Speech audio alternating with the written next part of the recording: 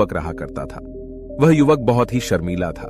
वह इतना शर्मीला था कि जब भी उसके सामने कोई नया व्यक्ति आ खड़ा होता तो वह उससे बात तक नहीं करता था। यहां तक कि जिन्हें वह जानता था, पहचानता था, उनसे भी बात करने में उसे बहुत शर्म आया करती थी। वह उनसे भी ठीक से बात नहीं कर पाता था और अपनी इस समस्या के कारण वह खुद ही बहुत परेशान रहता था, क्योंकि वह अपने जीवन में कुछ कर ही नहीं पा रहा था।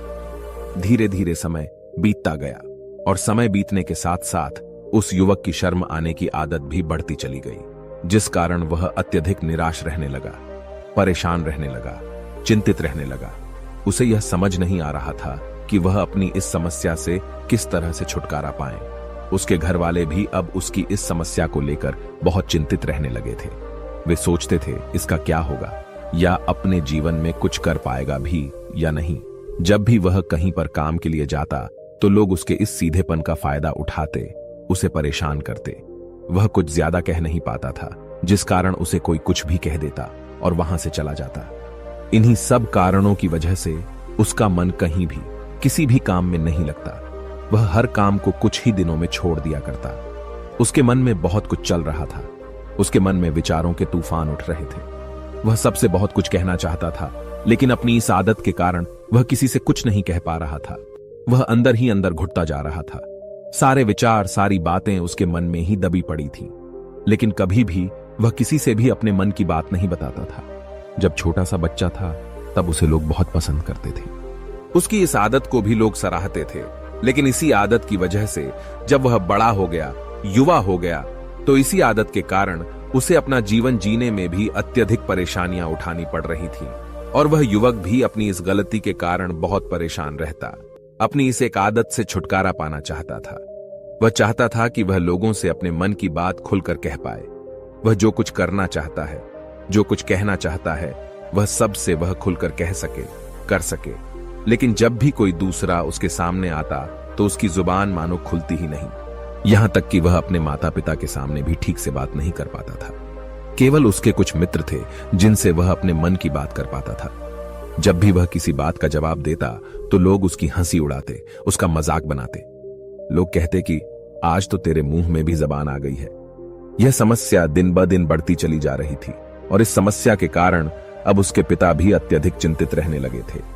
वह चाहते थे कि उनका बेटा भी दूसरों के सामने अपने मन की बात रख सके, लेकिन एक दिन जब अपने उस बेटे को दूसरों के सामने शर्मिंदा होता हुआ देख रहे थे, तभी उन्हें बहुत क्रोध आया और वह अपने बेटे को खरी खोटी सुनाने लगे। उन्होंने उसे इतना डांट दिया कि वह युवा लड़का अत्यधिक क्रोधित हो गया और वहां से बिना कुछ कहे वह वहां से चला गया। शाम हो चुकी थी और अब तक उनका बेटा घर नहीं लौटा था। माता और पिता दोनों बड़े ही चिंतित थे। वे अपने बेटे को वापस घर पर देखना चाहते थे, लेकिन युवा लड़का तो भागते भागते पहाड़ की चोटी पर जा पहुंचा था।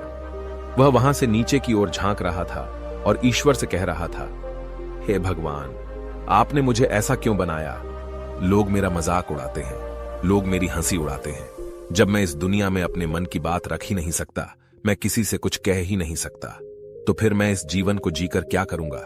जब भी मैं किसी से कुछ कहने की कोशिश करता हूं तो लोग मेरा मजाक बनाते हैं, मेरी हंसी उड़ाते हैं। यहां तक कि वह मुझसे कुछ भी कहकर चले जाते हैं और मैं उनका जवाब नहीं दे पाता।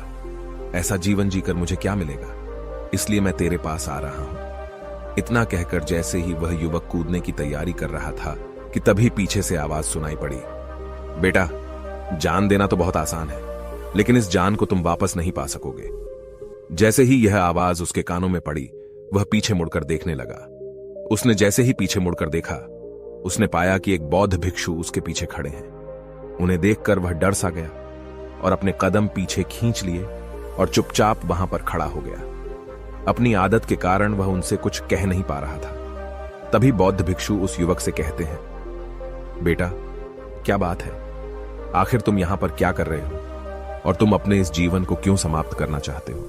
यह अनमोल जीवन बहुत कम लोगों को नसीब होता है और तुम्हें यह जीवन व्यर्थ लगता है। इस पर वह युवक कहता है, नहीं नहीं, कुछ नहीं, मैं तो बस यहां पर खड़ा होकर देख रहा था। तभी बौद्ध भिक्षु उस युवक से कहते हैं, बेटा, मैं जानता हूं कि तुम यहां पर क्या करने आए थे। तुम मुझसे कुछ नहीं छुपा सकते, लेकिन मैं चाहता हूं कि तुम अपनी समस्या मुझसे खुद बताओ, तभी मैं उसका समाधान तुम्हें बता पाऊंगा। यदि तुम चाहते हो कि कोई तुम्हारी मदद करे तो उसके लिए पहले तुम्हें ही आगे बढ़ना होगा। यदि तुम चाहते हो कि मैं तुम्हारी समस्या का समाधान करूं, तो तुम्हें मुझे अपनी समस्या बतानी होगी, वरना मैं कुछ नहीं कर सकूंगा। उन बौद्ध भिक्षुओं की यह बात सुनकर वह युवक कहता है, नहीं नहीं, मैं ठीक हूं, मैं सच कह रहा हूं। उस युवक की यह बात सुनकर बौद्ध भिक्षु उस युवक से कहते हैं, ठीक है बेटा, यदि तुम नहीं चाहते कि मैं तुम्हारी मदद करूं तो कोई बात नहीं, मैं तुम्हारी बात पर विश्वास कर लेता हूं। लेकिन तुम्हें भी मेरी एक बात पर विश्वास करना चाहिए कि मैं तुम्हारी मदद के लिए ही यहां पर आया हूं। तुम चाहो तो तुम अपनी समस्या मुझे बता सकते हो और मैं तुम्हारी इस समस्या का समाधान भी अवश्य करूंगा। इसका जवाब देते हुए युवक उन बौद्ध भिक्षु से कहता है, नहीं नहीं, मैं ठीक हूं, आप जाइए। इस पर वह बौद्ध भिक्षु उस युवक से कहते हैं, ठीक है बेटा, यदि तुम चाहते हो कि मैं यहां से चला जाऊं तो मैं यहां से चला जाता हूं, लेकिन मेरी एक बात याद रखना, मेरे जाने के बाद मैं तुम्हारी कोई मदद नहीं कर पाऊंगा और हो सकता है कि तुम्हारी मदद के लिए कोई और आगे भी ना आए। इतना कहकर बौद्ध भिक्षु पीछे की ओर मुड़े और अपने मार्ग में आगे बढ़ने लगे। वो युवक वहीं पर खड़ा होकर यह सब देख रहा था।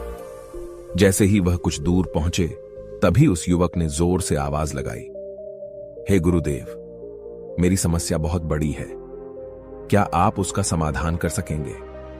क्या आप मुझे उसका समाधान दे सकेंगे? यह सुनकर बौद्ध भिक्षु वहीं पर खड़े हो गए। पीछे मुड़कर उन्होंने उस युवक की बात का जवाब देते हुए कहा, बेटा, इस दुनिया में कोई भी ऐसी समस्या नहीं है जिसका कोई समाधान न हो। यदि तुम मुझे अपनी समस्या बताओगे तो मैं उसका समाधान अवश्य करूंगा। तभी वह युवक उन बौद्ध भिक्षु से अपनी समस्या बताते हुए कहता है, गुरुवर, मेरी एक बहुत बड़ी समस्या है कि मैं शर्मीला हूं, जिस कारण मैं किसी से कोई बात नहीं कर पाता। यहां तक कि मैं अपने मन की बात भी किसी को नहीं बता पाता। जब भी मैं किसी से बात करने की कोशिश करता हूं तो लोग मेरा मजाक उड़ाते हैं, मेरी हंसी उड़ाते हैं। जब भी मुझे कोई खरी खोटी सुनाता है, उल्टी सीधी बातें करता है, तो मैं उनका जवाब नहीं दे पाता। मैं लोगों की तरह चालाक बनना चाहता हूं, लोगों की तरह बातों का जवाब देना चाहता हूं, अपने मन की बात करना चाहता हूं। मैं इस दुनिया के साथ कदम से कदम मिलाकर आगे बढ़ना चाहता हूं। क्या इसका कोई समाधान है? उन भिक्षु ने उस युवक की सारी बातें ध्यानपूर्वक सुनी और फिर जवाब देते हुए कहते हैं, बेटा, जरूरत से ज्यादा शर्मीला होना, इसका अर्थ यह है कि तुम्हारे अंदर कोई डर है जिसे तुम पहचान नहीं पा रहे, जिस कारण उसका समाधान करने में भी असमर्थ हो। शर्म करना अलग बात है और डरना अलग। जब हमारे भीतर डर होता है, तब हम कहीं भी, किसी से भी कोई भी बात नहीं कर सकते। हमें चारों तरफ केवल डर ही नजर आता है और हम हर जगह से डरते ही रहते हैं, लेकिन इसे शर्माना नहीं कहते। शर्म तो बस एक हद तक तुम्हें चुप रख सकता है। फिर वह बौद्ध भिक्षु उस युवक से कहते हैं, बेटा, तुम सबसे अधिक किससे शर्माते हो? युवक इसका जवाब देते हुए कहता है, गुरुवर, मुझे अपने पिता से बात करने में बहुत शर्म आती है, मैं उनके सामने कुछ बोल ही नहीं पाता।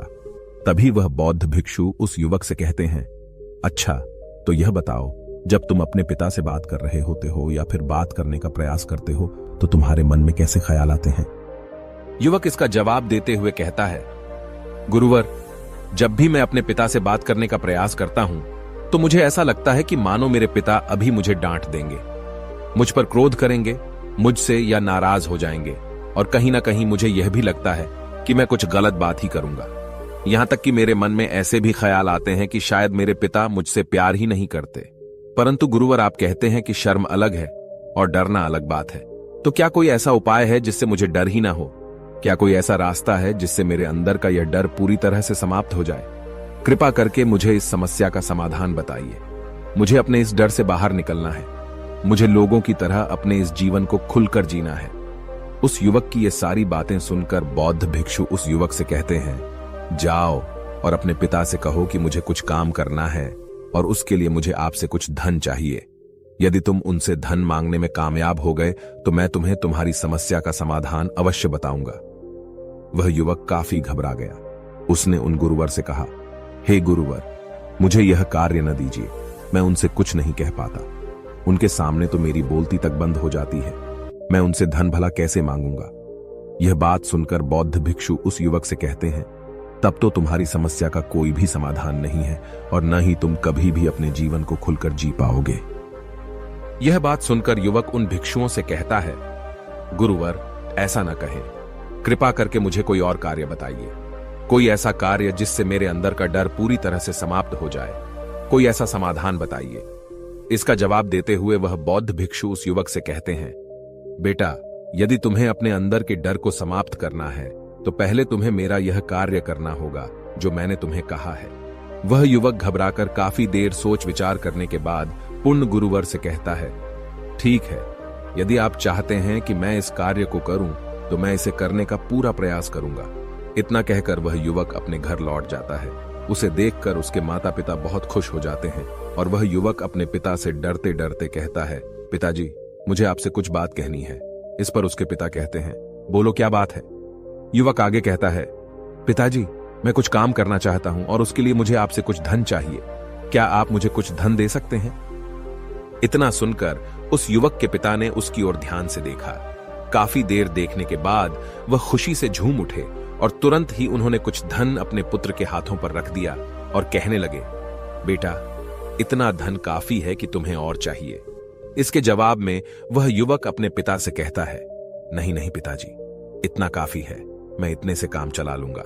वह युवक उस धन को लेकर तुरंत दौड़ा दौड़ा उन बौद्ध भिक्षु के पास लौटा और जो धन उसने अपने हाथों में ले रखा था उसे दिखाते हुए वह कहता है, गुरुवर, जैसा आपने कहा था, मैं धन लेकर आपके पास आ चुका हूं। मैंने अपने पिता से धन मांग लिया है।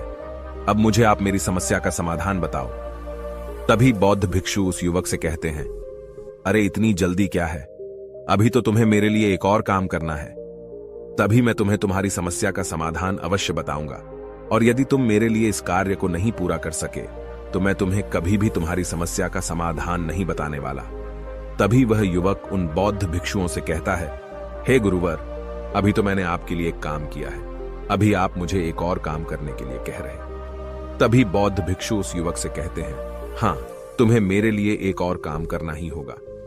वह युवक एक बार फिर से काफी देर सोच विचार कर उन बौद्ध भिक्षु से कहता है, अच्छा ठीक है, बताइए अब मुझे क्या करना है? इसके जवाब में बौद्ध भिक्षु उस युवक से कहते हैं, जाओ और यह धन जो तुमने अपने पिता से मांग कर लाया है, इस धन को वापस अपने पिता को लौटा दो और साथ साथ यह भी कहना कि पिताजी, मैं अभी काम नहीं करना चाहता, लेकिन जब समय आएगा तो मैं आपसे यह धन वापस ले लूंगा और उससे अपना काम पूरा करूंगा। यह बात सुनकर युवक एक बार फिर से ऊपर से नीचे तक पूरी तरह से कांप गया और कहने लगा, गुरुवर, आप मुझे कोई और काम सौंप दीजिए, मैं उसे जरूर करूंगा। लेकिन अब यदि मैं धन लेकर उनके पास वापस गया तो वह क्या सोचेंगे मेरे बारे में? मैं तो शर्मिंदा हो जाऊंगा उनके सामने। इसलिए गुरुवर, कृपया करके मुझे कोई और काम दे दे।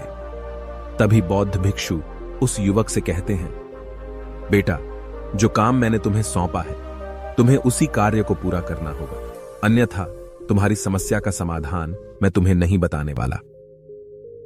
काफी देर सोच विचार करने के बाद वह उन बौद्ध भिक्षु से कहता है, ठीक है गुरुवर, मैं वापस जाता हूं और यह धन लौटाकर मैं अभी आता हूं। वह तुरंत दौड़ा दौड़ा अपने पिता के पास वापस लौटा। उसने अपने पिता से कहा, पिताजी, मैं यह धन अभी नहीं लेना चाहता, अभी यह धन आप मुझसे वापस ले लीजिए। जब मुझे कोई काम पड़ेगा तो मैं आपसे यह धन वापस ले लूंगा। उसके पिता ने उस युवक की तरफ घूर घूर कर काफी देर तक देखा और फिर मुस्कुराते हुए कहने लगे, बेटा, मैं समझता हूं कि किसी भी काम को शुरू करने से पहले हमें उसके बारे में जानकारी इकट्ठा करनी चाहिए। उसके बारे में समझना जरूरी है। कब, क्या, कैसे और कब तक करना है, इसके बारे में भी हमें जानकारी लेनी जरूरी है। कोई भी काम ऐसे ही नहीं शुरू किया जा सकता। उसमें हम सफल होंगे या फिर नहीं, इसका भी अनुमान हमें लगाना पड़ता है। और जब हम इन सभी के बारे में सही जानकारी प्राप्त कर लेते हैं, तभी हमें धन लगाना चाहिए। मुझे बहुत खुशी है कि तुमने यह सही निर्णय लिया है। जब तुम्हें यह समझ में आ जाए कि जो कार्य तुम करने जा रहे हो वह तुम्हारे लिए उचित है, तब तुम चाहो तो मैं तुम्हें यह धन वापस लौटा दूंगा। युवक अपने पिता से यह सारी बातें सुनकर मन ही मन बहुत प्रसन्न था। उसने यह तो उम्मीद तक नहीं की थी कि उसके पिता हंसकर उसे इस तरह से सारी बातें समझाएंगे। वह मन ही मन यह सोच ही रहा था कि तभी उसके पिताजी उसके और करीब आए और अपनी उस युवा बेटे को गले से लगा लिया। जैसे ही उसके पिता ने उस युवक को गले से लगाया, उसको बहुत अच्छा महसूस हुआ। उसका आत्मविश्वास, उसका हौसला और बढ़ता गया। उसके बाद युवक वापस पुण्य गुरुवर के पास लौटा और कहने लगा, गुरुवर, जैसा आपने कहा था मैंने बिल्कुल वैसा ही किया है। मैंने धन अपने पिता को वापस कर दिया है। अब तो कृपया करके मुझे मेरी समस्या का समाधान बता दीजिए। तभी बौद्ध भिक्षु उस युवक की तरफ देखकर मुस्कुराते हैं और इस युवक से कहते हैं, बेटा, इतनी जल्दी क्या है? अभी तो तुम्हें मेरे लिए एक और काम करना ही पड़ेगा। वह युवक कहता है, महाराज, आप आखिर मुझसे बार बार इस तरह से काम क्यों करवा रहे हैं? क्या आपके पास मेरी समस्या का कोई समाधान नहीं है? कहीं आप मुझे बेवकूफ तो नहीं बना रहे? जिस तरह से लोग मुझे बेवकूफ बनाते हैं, क्या आप भी मेरे साथ वही तो नहीं कर रहे? आपने कहा, जाओ अपने पिता से पैसे मांग कर लाओ। मैंने पैसे मांग कर लाए। आपने फिर कहा, जाओ ये पैसे अपने पिता को लौटा कर आओ। मैंने आपके कहे अनुसार बिल्कुल वैसा ही किया और अब आप कह रहे हैं कि मैं आपके लिए एक और काम करूं। नहीं, ये मुझसे नहीं होगा। तभी बौद्ध भिक्षु उस युवक की तरफ देखकर मुस्कुराते हैं और कहते हैं, बेटा, बस यह आखिरी काम है और यह बहुत सरल भी है। तुम जैसे ही इस कार्य को पूरा करोगे, मैं तुम्हें वचन देता हूं कि मैं तुम्हारी समस्या का समाधान तुम्हें अवश्य बताऊंगा। इस पर वह युवक फिर से एक बार सोच विचार करता है और उन बौद्ध भिक्षु से कहता है, ठीक है, लेकिन यह आखिरी काम जो मैं आपके लिए करूंगा, बताइए मुझे क्या करना है? तभी बौद्ध भिक्षु एक मूर्ति निकालकर उस युवक के हाथ में थमा देते हैं। वह मूर्ति दिखने में बहुत ही साधारण सी थी, लेकिन वह बौद्ध भिक्षु उस युवक से कहते हैं, बेटा, तुम्हें इसे बाजार में ले जाना है, इसे बेचना है और इसके बदले में तुम्हें 100 सोने के सिक्के लेकर आने हैं। जब तुम यह करने में सफल हो जाओगे, तभी मैं तुम्हें तुम्हारी समस्या का समाधान तुम्हें बता पाऊंगा। वह युवक उस मूर्ति को अपने हाथ में लेकर बड़े ही गौर से देखता है और उन बौद्ध भिक्षुओं से कहता है, हे गुरुवर, यह तो बड़ी ही साधारण सी मूर्ति लग रही है, मानो मिट्टी की बनाई गई हो। इसके लिए भला 100 सोने के सिक्के मुझे कौन देगा? कहीं आपका माथा फिर तो नहीं गया है? इसके 1 या 2 सोने के सिक्के मिल जाए वही बहुत है, लेकिन इसके लिए 100 सोने के सिक्के कोई नहीं देगा। तभी बौद्ध भिक्षु उस युवक से कहते हैं, बेटा, मैंने जो तुम्हें काम सौंपा है, यदि तुम उसे पूरा करोगे तभी तुम्हें तुम्हारी समस्या का समाधान मिल पाएगा, अन्यथा तुम चाहो तो अपने घर लौट सकते हो। फिर से वही अपने पुराने जीवन में, जहां लोग तुम्हारा मजाक बनाते हैं, लोग तुम्हें डराते हैं, सताते हैं। मैं तुम्हें यहां अपने डर को निकलने में तुम्हारी मदद कर रहा हूं। तुम मेरे यह काम करके अपने डर को धीरे धीरे भगा पाओगे। मेरे इस काम को पूरा कर दो, तुम्हें सब समझ आ जाएगा। वह युवक उन बौद्ध भिक्षुओं की बात सुनकर मन ही मन यह विचार करता है कि मुझे तो मेरी समस्या का समाधान किसी भी हालत में चाहिए, जिस कारण वह उस मूर्ति को उठाकर बाजार की ओर चल पड़ता है। बाजार पहुंचकर वह एक जगह चुपचाप उस मूर्ति को लेकर खड़ा हो जाता है और इंतजार करने लगता है कि कोई आएगा और उसे उस मूर्ति के बारे में पूछेगा और तब वह उस मूर्ति के लिए 100 सोने के सिक्के की मांग करेगा। देखते ही देखते काफी समय बीत गया, लेकिन अभी तक उसके पास कोई भी व्यक्ति नहीं आया था। उसने आसपास देखा तो लोग चिल्ला चिल्ला कर अपने सामानों को बेच रहे थे, जोर जोर से आवाज लगा रहे थे। उसने भी सोचा, यदि मुझे अपनी इस मूर्ति को बेचना है तो मुझे भी जोर जोर से आवाज लगानी होगी। उस युवक ने चिल्लाना शुरू किया, लेकिन वह इतनी जोर से नहीं चिल्ला पा रहा था। उसकी आवाज उसे खुद तक सुनाई नहीं पड़ रही थी, तो भला उसकी आवाज को दूसरे कैसे सुनते, जिस कारण उसे कोई भी व्यक्ति खरीदने के लिए तैयार नहीं था। धीरे धीरे शाम का समय हो चुका था और उस व्यक्ति को यह डर था कि कहीं वह बौद्ध भिक्षु वहां से कहीं चला न जाए, अन्यथा उसे उसकी समस्या का समाधान कौन देगा। यह सोचकर उसने जोर जोर से आवाज लगानी शुरू की कि 100 सोने के सिक्के में यह मूर्ति ले लो। उसकी आवाज सुनकर लोग उसके पास आने लगे और उससे यह सवाल करने लगे, इस मूर्ति में ऐसा क्या है जो तुम इसके लिए 100 सोने के सिक्कों मांग रहे हो? इसके अंदर ऐसा कुछ तो खास होगा ही। युवक काफी देर सोच विचार कर उस युवक से कहता है, नहीं नहीं, मुझे कुछ नहीं पता, मैं तो बस यह मूर्ति यहां पर बेचने आया हूं। तभी उसमें से एक युवक उस युवक से कहता है, अगर ऐसी बात है तो इस मूर्ति को कोई नहीं खरीदने वाला। आखिर इस मूर्ति में ऐसा क्या खास है जिसके लिए तुम सोने के सिक्के की मांग कर रहे हो? यह तो तुम्हें बताना ही पड़ेगा। धीरे धीरे कई लोग उसके पास आए और सभी ने बस एक ही सवाल किया, आखिर इस मूर्ति में ऐसा क्या खास है, ऐसी क्या बात है जिसके लिए तुम सोने के सिक्के की मांग कर रहे हो? उस युवक ने से बातचीत की, उन्हें समझाने की कोशिश की, कई प्रयत्न किए, लेकिन कोई भी उस मूर्ति को 100 सोने के सिक्के देकर खरीदने के लिए तैयार नहीं था। वह निराश हो गया। उसे कुछ समझ नहीं आ रहा था कि वह क्या करे। तभी बाजार में उसने देखा कि कुछ लोग अपने सामानों की खासियत बता रहे हैं। उसे बेचने के लिए उसकी खास खास बातों के बारे में लोगों को समझा रहे हैं। यह देखकर उसने भी सोचा कि मुझे भी इस मूर्ति की कुछ खासियत लोगों को बतानी होगी। उसने फिर एक बार जोर जोर से आवाज लगानी शुरू की। समस्या का समाधान निकालने वाली मेरी गुरु की इकलौती मूर्ति, जो इस दुनिया में केवल एक ही है जिसके पास भी यह मूर्ति होगी, उसके घर में कोई समस्या नहीं होगी। यह मूर्ति उस समस्या का समाधान तुम्हें अवश्य बताएगी। यह सुनकर लोग उसके पास पहुंचने लगे और उसे यह सवाल करने लगे, क्या सच में यह मूर्ति जिसके पास होगी उसके पास कोई समस्या नहीं होगी? क्या सच में यह सभी समस्याओं का समाधान करती है? इसका जवाब देते हुए युवक कहता है, हां, सभी समस्याओं का समाधान कर देती है। यदि आप इस मूर्ति को ले जाते हैं, आपके घर में कोई भी समस्या होगी तो उसका समाधान यह आपको अवश्य बताएगी। चाहे कोई भी समस्या हो, कैसी भी समस्या हो, कैसी भी परिस्थिति हो, आपको इसका समाधान अवश्य मिलेगा। इतना सुनने के बाद अब वही एक मूर्ति सबको चाहिए थी। उस मूर्ति के दाम लगाने लगे। कोई उसे 200 सोने के सिक्के तो कोई 400, कोई 600 तो कोई 1000 सोने के सिक्के देने के लिए तैयार था। उस मूर्ति की कीमत लगातार बढ़ती जा रही थी। जैसे जैसे लोगों को पता चलता जा रहा था कि यह मूर्ति लोगों की समस्या का समाधान करती है, लोग उसे किसी भी कीमत पर खरीदने के लिए तैयार हो गए थे। अब वह युवक भी आत्मविश्वास के साथ और जोर से चिल्ला रहा था, लोगों को उस मूर्ति के बारे में समझा रहा था, बता रहा था। अब उसके मन में कोई डर नहीं था। वह लोगों को उस मूर्ति के बारे में पूरे आत्मविश्वास के साथ, बिना घबराए, उस मूर्ति की खासियत बताने में लगा हुआ था, जिस कारण लोग उस पर भरोसा कर रहे थे। और वह भरोसा लोगों की नजरों में नजर भी आ रहा था। जैसे जैसे अंधेरा होता गया, लेकिन लोगों की भीड़ मानो कम होने का नाम ही नहीं ले रही थी। लोग उस मूर्ति को खरीदना चाहते थे। उस युवक ने जोर से आवाज लगाई कि मुझे क्षमा करें, यह मेरे गुरु की मूर्ति है और मैं इसे बेचना नहीं चाहता।